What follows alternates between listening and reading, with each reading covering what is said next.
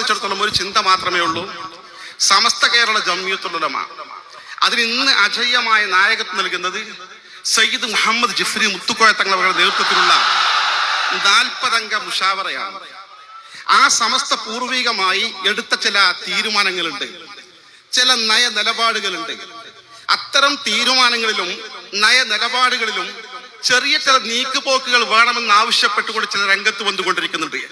ആരെന്ത് പറഞ്ഞാലും ശരി, പരിശുദ്ധമായ സുന്നത്ത് ജമാഅത്തിന്റെ ആശയാദർശങ്ങളിലും അതിന്റെ നയ നിലപാടുകളിലും ഒരു മാറ്റവും വരുത്താതെ ഇൻഷാ അല്ലാഹ് ബഹുമാന്യരായ സമസ്തയുടെ നേതൃത്വത്തിൽ ഈ ഉമ്മത്ത് മുന്നോട്ട് ഗമിക്കുക തന്നെ ചെയ്യുമെന്ന് പറഞ്ഞുകൊണ്ട് ഞാൻ എന്റെ വാക്കുകൾക്ക് വിരാമം കുറിക്കുന്നു.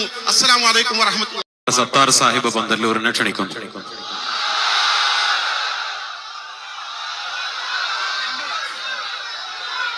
അസ്സലാമു അലൈക്കും. ഒരു പ്രസംഗത്തിന്റെ സമയമല്ല, പ്രസംഗത്തെക്കാൾ വാചാലമാണ് ഈ സദസ്സ്. ഇതൊരു പാഠവും സന്ദേശവുമാണ്.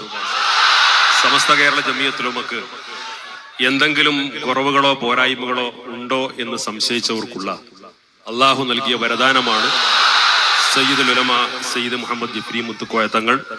ഈ യാത്രയെ അള്ളാഹു കബൂൽ ചെയ്യുമാറാകട്ടെ. അസ്സലാമു അലൈക്കും.